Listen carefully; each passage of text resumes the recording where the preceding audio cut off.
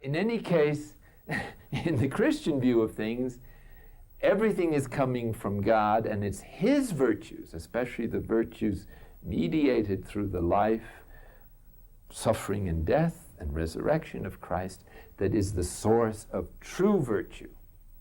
And this is what begins to be infused into us as fast as our attachment to the false self-system diminishes or is dismantled. So our work is really the dismantling of the obstacles in us that prevent the free flow of this genuine energy that is trying to transform us and flood us with the maximum degree of divine life that we can possibly receive. And if necessary, God will enlarge your capacity so you can receive more. This is the project that is revealed to us in Paul when he speaks about the mystery which has been hidden from all ages in Christ, which is our union with Him. In any case, we're speaking here of what happens when the sacred word, over a long period of time of daily practice, reduces our ordinary flow of thoughts to some degree of silence and manageability. This means that we're spending more time, and the habit of doing this increases the time, at the depths of the river of our being instead of on the surface level of our consciousness. Using another image, the sacred word is like opening your hand to let go of something. That's its purpose, to let go of every thought. So it's just a reminder of that attitude of letting go. When that attitude has been thoroughly developed, so that one has a habit of letting go rather promptly of every thought, impression, perception that comes down the screen of consciousness, then you enter into what that 14th century mystic called the cloud of unknowing. Each time one lets go of a particular thought, one is developing the habit of not knowing that thought, not getting involved in it. Hence, you begin to develop the capacity to stand back, to disidentify with your ordinary flow of thoughts, and that gives you a chance to change. And what is more important, not just an abstract conviction that you can change, but the existential experience which is necessary for damaged emotions, which is that you feel like changing. Because now you know you're not dependent on that thought. You not only go on living, but you're a hell of a lot happier if you are not locked in to every blasted thought that comes down the stream of consciousness that you have to process in some way and feel something about, and then analyze your feelings, and then deal with the tapes that tend to develop in the unconscious and go off along with feelings. Feelings and the commentary. This is our normal psychological life, is filled with that melodrama, maybe 50, 60, 100 times a day. This is what Christ is trying to liberate us from. That's no life. That's death. That's misery. The true life is to decide what you're going to do, not be compulsively pushed into this emotional reaction and to that feeling of being abused, or just every time somebody looks at you without the maximum of approval, or whatever your program for happiness or to avoid unhappiness might be. So as we develop the habit of letting go, we begin to know God no longer through concepts, but through this mysterious, undifferentiated presence that is developing proportionately as we learn how to let go of every concept. This doesn't mean there's anything wrong with these concepts. It just means that we're so over-identified that we've got to have a discipline of letting go in order to become normal. And normality consists in balance, not being stuck on any one way of responding to reality. So the sacred word now is just an arrow pointing where we want to go.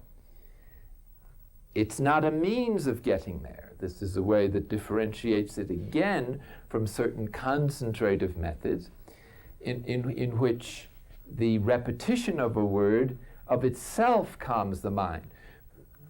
The faculty that is relating to God here is our will, our consent to God's presence.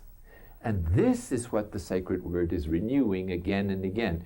Remember that story about the two old folks sitting on the porch? Well, once in a while an airplane goes overhead, and they're distracted a moment, then they go back to looking at the sunset and holding hands, or maybe if they are holding hands, one will, the other will give a little squeeze just to indicate their apologies for having been distracted by that airplane. And they return to their original intention to share their mutual presence together and enjoy it. Enjoy each other. That's all you're doing. That is being developed in the centering prayer practice. The capacity to linger in the presence of God and like it. And this is an acquired taste given our present situation. So that one is constantly going to be attracted again and again by some flashy boat that comes down the screen of consciousness and takes our attention away from the sacred word. Now we want to get on that boat to see what's in the hold, and as soon as we do, we're stuck and we go downstream and lose our poise and our and the depth of our interview with God. What do you do then? You get off the boat and start over. There's going to be an enormous amount of starting over. Because remember, we're just learning how to do this thing, and we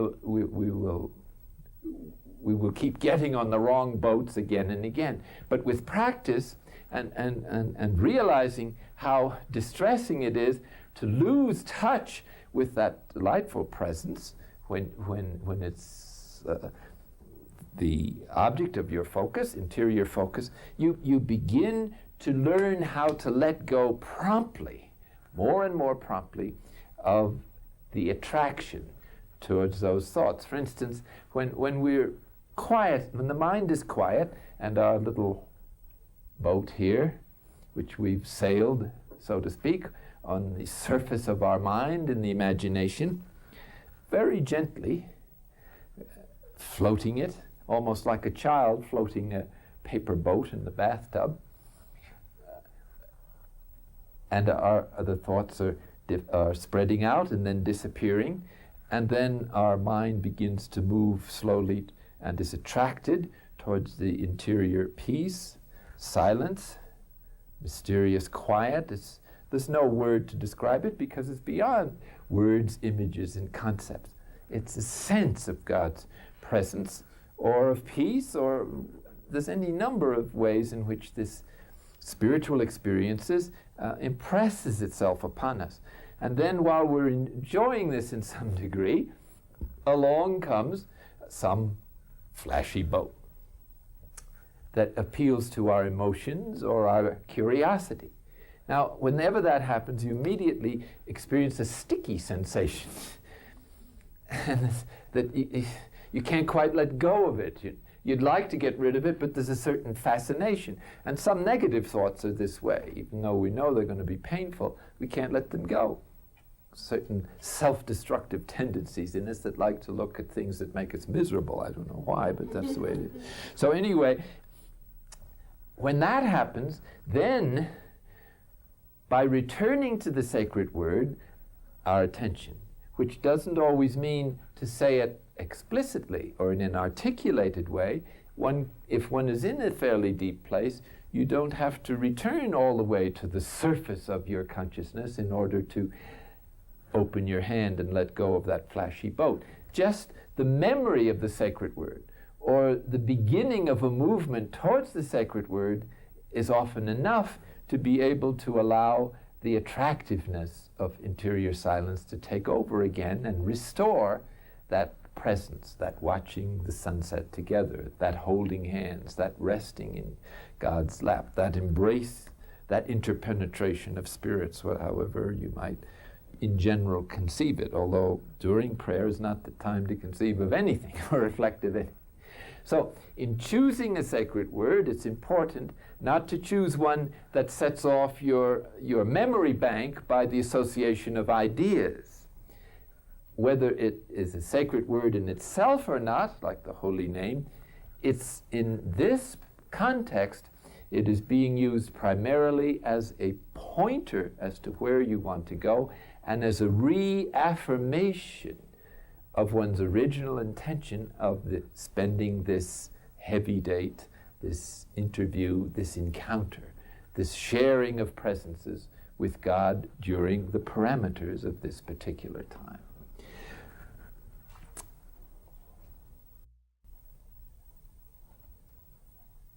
Now, there's another psychological apparatus that I think deserves attention in order to understand the full teaching about the use of the centering prayer, and it appears in this humble diagram here. There is something in the human brain research moving so fast I can't affirm that they still hold this, but there's some little gland at the base of the brain which acts as a kind of receptionist. That is to say, it regulates what particular moment of consciousness you have. And this is affected, of course, naturally by the fact that all the bodily processes don't really come to consciousness, although they're being recorded in the memory bank of the brain. Absolutely every experience is. So we're not recording consciously our blood pressure at this moment, our white blood count, our digestive system. Usually you don't even think of it unless you're ill or something. We also control our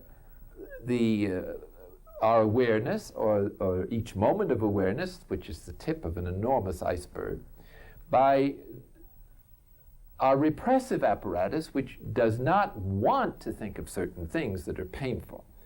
That's part of one of the defense mechanisms. It also doesn't want to sometimes think of some new idea because we're wedded to for various selfish reasons, to a certain way of doing things. And like the apostles, when Jesus told them about his death, they didn't want to hear it, so it just didn't come to their awareness. The scripture says their minds were a perfect blank. A perfect description of the power of this receptionist to black out reality if you don't want to perceive it. So also the will and the reason can give certain instructions to the receptionist not to think of certain things today, or to think of certain particular things, such as you're now paying attention to my conference, and this was ordered by your executive faculties of reason and will, and the receptionist noted that in her little journal, and so you're giving me your complete attention, okay, hopefully.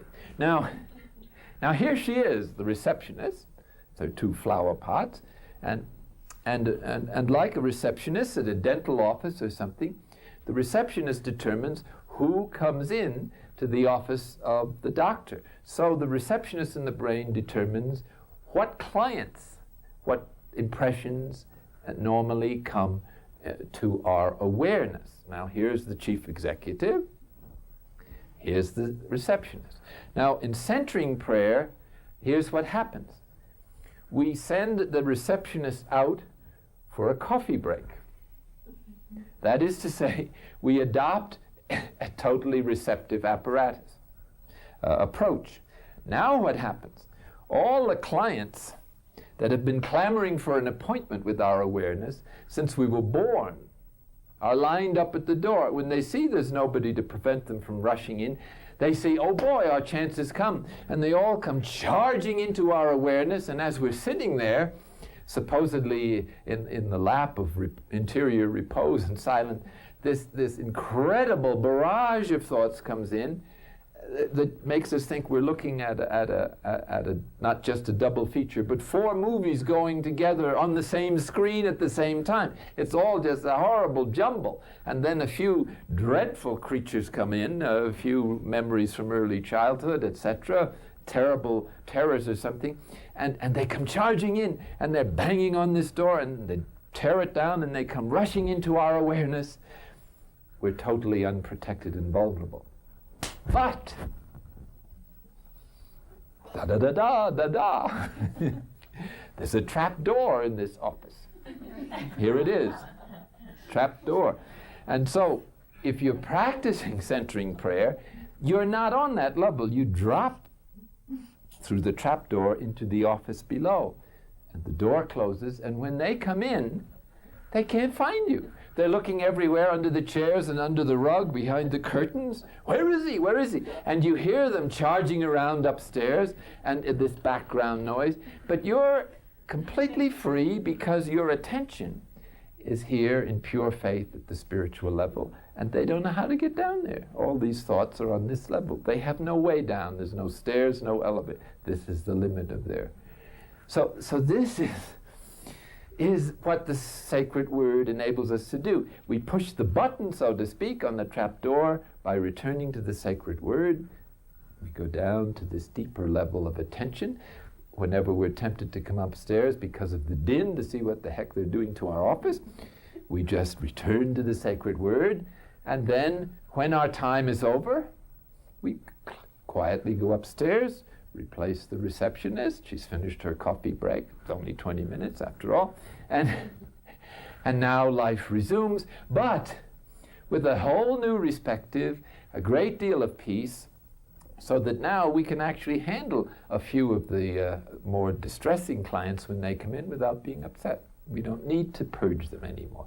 And so our capacity to relate to God, ourselves, and reality is constantly increasing day by day without even thinking about it, because we're disidentifying with the interior dialogue, the false self-system, and experiencing inwardly a spontaneous desire to change because we were made free, and you can't help but enjoying it if you get any touch of true interior freedom. Every movement, although it's a little tight in the beginning, out of some compulsion or addiction or attachment, they're all about the same thing, is becoming more human, more reasonable, more faith-filled, more united to God, more able to decide as a human being what to do and how to respond to life, rather than be pushed around by life events, our own thoughts, our own programs for happiness that can't possibly work. That's the rationale, you might say, behind the sacred word. Again, there seems to be also in the spiritual life certain teaching about temptation, and a certain personification of evil in the person of Satan. We come across this in the gospel. You find it in the Tibetan Buddhist tradition. You certainly find it, I think, everywhere in all the traditions, more or less, with slightly different explanations. The chief activity of this malignant power, which seems to have some kind of capacity to make more trouble for us than we already have provided for ourselves. Chief activity of temptation, and we will go into that later when we observe a paradigm of the spiritual journey in the Christian life, and which is conceptualized precisely with the background of various levels of temptation rather than levels of consciousness. Different ways of presenting the spiritual journey, and they all sort of enlarge your view of it and are enriching. But anyway, the temptation then is simply activates those vulnerable areas that are most tender. And it's hard to attribute that to ourselves all the time.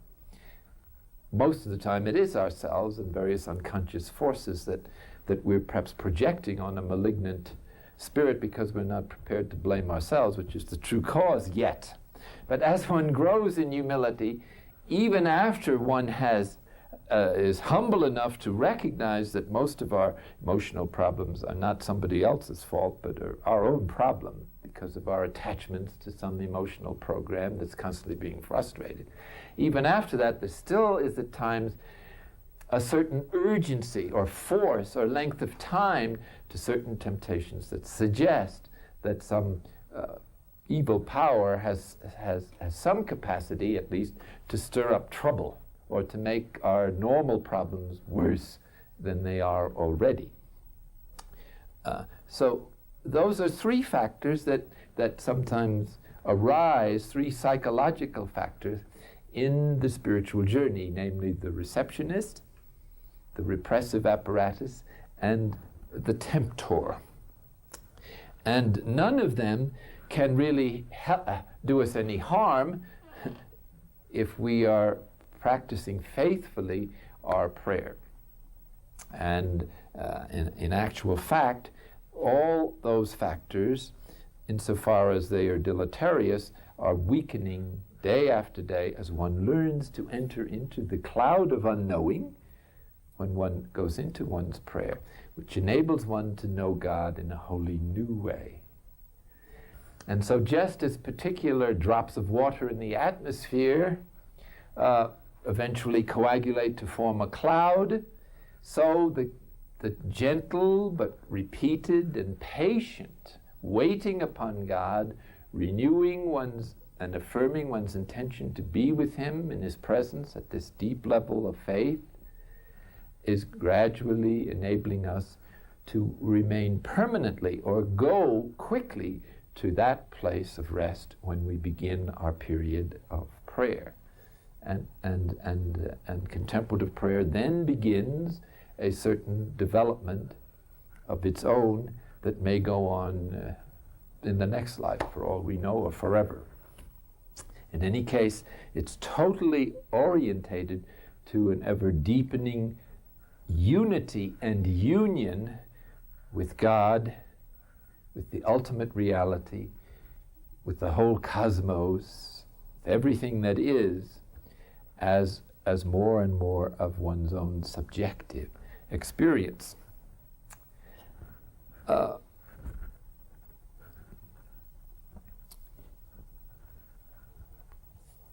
I'd like to conclude today with this little story about letting go. Letting go is probably the most difficult practice in the spiritual journey. And we don't even know what it is until you've struggled a long time and made many mistakes. And it really means letting go. Here I am. Whatever you say, it's a surrender that is increasingly total. And it involves in the beginning this open-handed attitude of letting go of all our particular impressions, thoughts during the parameters of our time of prayer, which is usually half an hour or so, or longer. Twice a day is often recommended in order to keep the reservoir of interior silence always at a high level. At 4 o'clock in the afternoon, our morning prayer may have been pretty well drained by trying to cope with the ups and downs of the rest of the day. In any case, the attitude of surrender to God is the basic disposition in this prayer. And it's concretized in consenting to His presence, which is a specifically human activity, and more specifically, it's the activity of true love. Not romance only. True love is self-surrender. If that isn't present, it's not true love. Now, to open to God will take us several years to really establish that openness. When we are adept at letting go of every particular thought, then our open-handedness is also able to receive, because the same gesture of opening is the gesture of receiving, is it not? So now as the divine light, life and love is poured into us in ever increasing portions, because there's more space, more room, if you want to be spatial about this thing. At least the free flow of energy is now greatly rectified by the unloading of the unconscious day by day, which is part of the dynamic of centering prayer and the contemplative dimension of the gospel. Then surrender comes into focus. Transformation is something we can't do a thing about except agree to it. This is wholly the work of the divine message, light, gift. But what we can do is let go and consent, especially in the time of prayer. And then this perspective on reality enables us to make that kind of judgment in active life which knows when to accept a situation and when to do something about it. These are not quite the same thing. We usually want to do something about reality if it's painful. The first thing we should do is accept the fact that it is. Then you decide what to do with it.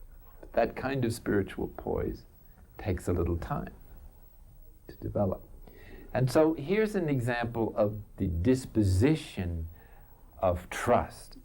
And this is really what is meant, I think, or one way of expressing what faith in Jesus really means from the point of view of content, action in the gospel. This is a story about a fire. This family home is being demolished, a 2-story house, and everybody successfully gets out except this youngster, maybe 8 or 9, who is trapped in the upstairs room. And he can't go back, he can't get out of the house, and now it's too late for the distraught father or mother to get into the house to rescue him. So they go to the window under which they go to the place under his window and look up frantically, and they can see his silhouette against the flames behind him, which are gradually getting closer and closer. And so he climbs out on the windowsill, screaming, "Help!" And he calls out, "Daddy, Daddy, help, save me." And his father calls up to him and says, "Jump! I'll catch you."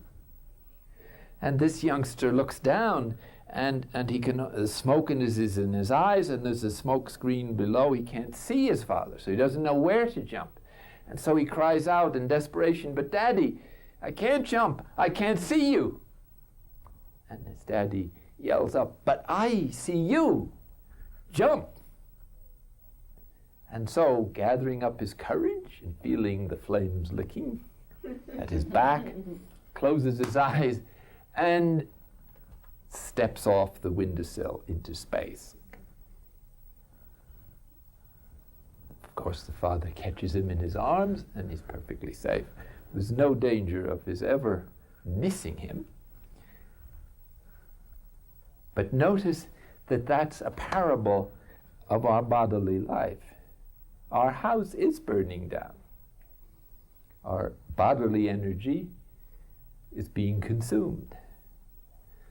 You can't go back in the house for salvation. What's the choice? And yet, we delay on the windowsill. When, if we just stepped out, there's no danger that this God of ours will miss the catch. And so in our centering prayer, this is the attitude that we are assuming. We're letting go of our false self, our defenses, our self-image, our worldview for this specific time. It's a discipline, and yet at the same time, it's a way of deepening our relationship, our capacity to listen, or our capacity to see with the eyes of faith. And as that wonderful disposition of trust grows, then whatever turns up from the unconscious is not going to bother us too much, and our psychological state, whether it is consoled or desolate or anguished or peaceful, is simply part of the interior dialogue that we ignore, or part of the evacuation process that we allow to happen. When you're sick to your stomach because you didn't digest lunch, nothing is better than a good vomit. Nothing. Then you'll feel great. It's a little unpleasant as it comes up, but afterwards you feel great. Similarly, the unloading of the unconscious, our psychological evacuation process, is very uncomfortable as it emerges. But the fact that it passes through your awareness means it's on the way out, it's gone forever. And that means you have more space to enter, for God to enter with his light, life, and love. And so to learn how to put up with that unloading process is great wisdom indeed. You could hardly spend your time any better, even though while it's happening, you think it's the end of the world. It isn't. It's simply the healing process. And it is facilitating our growth. With that idea then, let us, when we enter into centering prayer, consent to God's presence and surrender our entire perceptive apparatus into this process of unknowing, so that the knowledge and perception of the true self may rise into consciousness, and we can begin to live out of that presence rather than out of the narrow, confined straitjacket of the false self with its programs for happiness that can't possibly work.